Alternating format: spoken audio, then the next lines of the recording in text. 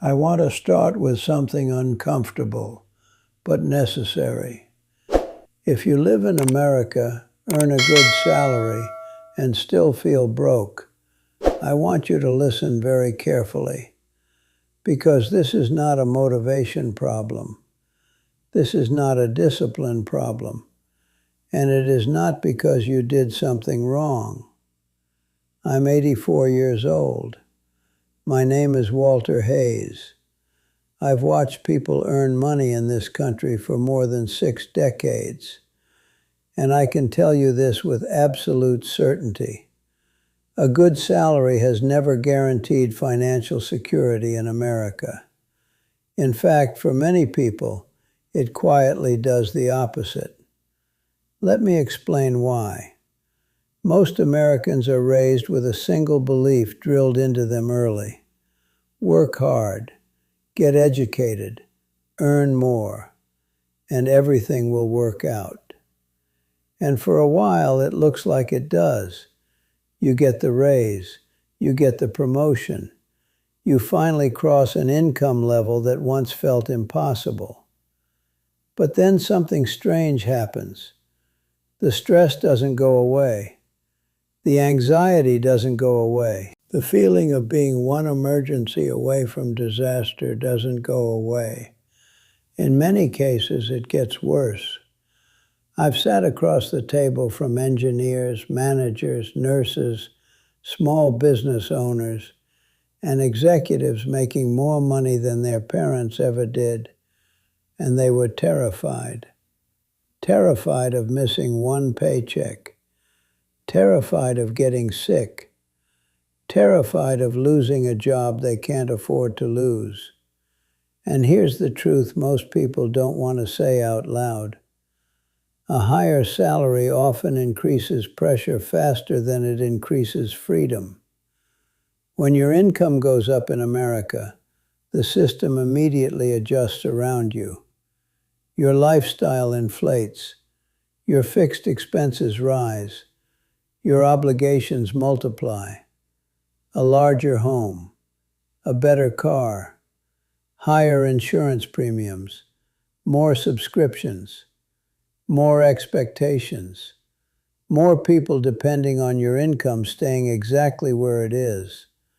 So even though you earn more, you feel less flexible. And flexibility, not income, is what determines whether you're free or trapped. I made this mistake myself. In my 40s, I believed exactly what most people believe now. I thought my problem was that I wasn't earning enough yet. So I worked harder. I chased higher pay. I accepted more responsibility. And every time my income increased, my life became more complicated, not more secure. I didn't realize it then, but I was building a life that required constant performance to survive. That's a dangerous position to be in, especially as you get older, because eventually energy changes, health changes, the job market changes, and the system does not care how hard you work to get there. Here is the part most people never hear.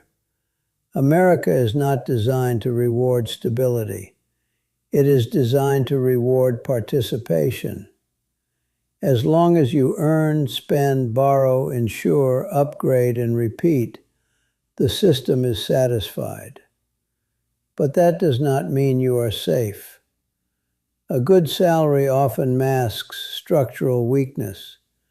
It allows people to delay learning how money actually works. You don't feel the pain immediately, so you assume everything is fine, until one day it isn't. A layoff, a medical bill, a divorce, a market downturn, a family emergency, and suddenly, a high income doesn't matter if your financial structure can't absorb shock. This is why so many Americans say, I make good money, but I don't understand where it all goes. It's not disappearing. It's being absorbed by a system that quietly trained you to depend on constant income instead of control. Let me say this clearly. If you earn a good salary and still feel broke, that does not mean you're irresponsible. It means you were taught how to earn, but never taught how to build financial resilience. Those are not the same skill. Earning is active. Resilience is structural. Earning requires effort. Resilience requires design. And most people never design anything. They just react. They upgrade when income rises. They borrow when pressure increases. They hope nothing goes wrong. Hope is not a plan.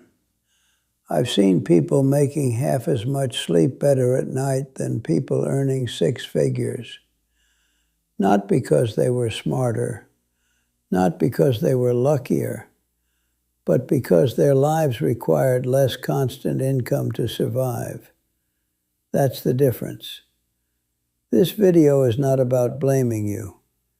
And it's not about telling you to budget harder or skip lattes. Those ideas are insulting to grown adults who are already doing their best. This is about understanding why a good salary on its own often keeps people stuck in a fragile position. And more importantly, what needs to change if you want real stability as you get older. In the next part, I'm going to explain the single biggest trap that turns higher income into higher risk, and why almost everyone walks straight into it without realizing what they're building. Once you see it, you can't unsee it. And that awareness is where real financial control begins. Now let's talk about the trap itself, because once you understand this, everything you've felt starts to make sense. The biggest reason a good salary still keeps people broke in America is not spending. It's fixed commitments. Most people think financial trouble comes from bad habits. Too much shopping, too many luxuries, not enough discipline. That's not what breaks people. What breaks people is building a life where most of their income is already spoken for before the month even begins. Mortgage or rent, car payments, insurance, utilities, subscriptions, debt payments, healthcare costs, family obligations. None of these feel reckless on their own. In fact, each decision usually feels reasonable at the time. I can afford this now. This makes sense for my family. I worked hard. I deserve it. And maybe you did. But here's the problem. Affording something today is not the same as being safe tomorrow. Every fixed payment you add reduces your margin, and margin is what protects you when life stops cooperating. Most Americans don't realize they're living on thin margin because their income is high enough to hide it. But margin is not about how much you earn. It's about how much flexibility remains after commitments are paid. I want you to think about this honestly. If your income stopped for 3 months, what would break first? Your savings? Your credit cards? Your stress level? Your sleep? That answer tells you everything. A high salary with low margin is a fragile position. It feels powerful, but it isn't. It's like driving a fast car with no brakes. I watched this pattern repeat for decades. People would earn more, then upgrade their life to match the income. Not wildly, not irresponsibly, just enough that stepping back became impossible. And once your lifestyle requires your current income level to survive, you are no longer in control. Your job controls you. Your health controls you. The economy controls you. That's not freedom. That's dependence wearing a nice suit. Here's another uncomfortable truth. America encourages this dependence. The system rewards people who keep moving forward financially without stopping to question the structure underneath. More income qualifies you for more debt. More debt locks you into higher payments. Higher payments require stable income. Stable income requires continued performance, and performance becomes survival. This is why so many people feel trapped in jobs they no longer like. They didn't fail. They built a structure that doesn't allow slowing down, and no one warned them. I wasn't warned either. In my 50s, I had reached a point where, on paper, I looked successful. Good income, solid reputation, comfortable lifestyle. But I realized something unsettling. I couldn't afford to make a mistake. I couldn't afford to say no. I couldn't afford to rest. I couldn't afford to step away. That's when it hit me. I had built a life that consumed my income instead of protecting it. And if that can happen to someone paying attention, imagine how often it happens to people just trying to survive. This is why telling people to just earn more is dangerous advice after a certain age, because earning more without changing structure increases risk, not safety. After 40, the game changes. Time becomes more valuable than money. Energy becomes more limited. Recovery takes longer. A financial structure that depends on constant high output becomes a liability. And yet no one teaches this. Instead, people are told to push harder. One more promotion, one more raise, one more hustle. But effort has diminishing returns if the structure stays the same. Here's the key insight most Americans never hear. Financial strength is not built by income alone. It's built by reducing how much income your life requires to function. That's the shift. Not deprivation, not suffering, but intentional reduction of dependency. This doesn't mean living poorly.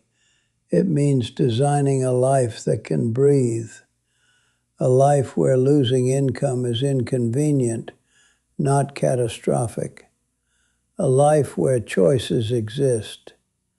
When I finally understood this, everything I thought about money changed. I stopped asking, how can I earn more? And started asking, what is my life dependent on? That question is uncomfortable, because the answers often reveal commitments made without full awareness. But it's also the most powerful question you can ask if you want real stability. In the next part, I'm going to explain why this trap becomes even more dangerous after 40, and why the same strategies that worked in your 30s quietly stop working later in life. This is where most people get blindsided.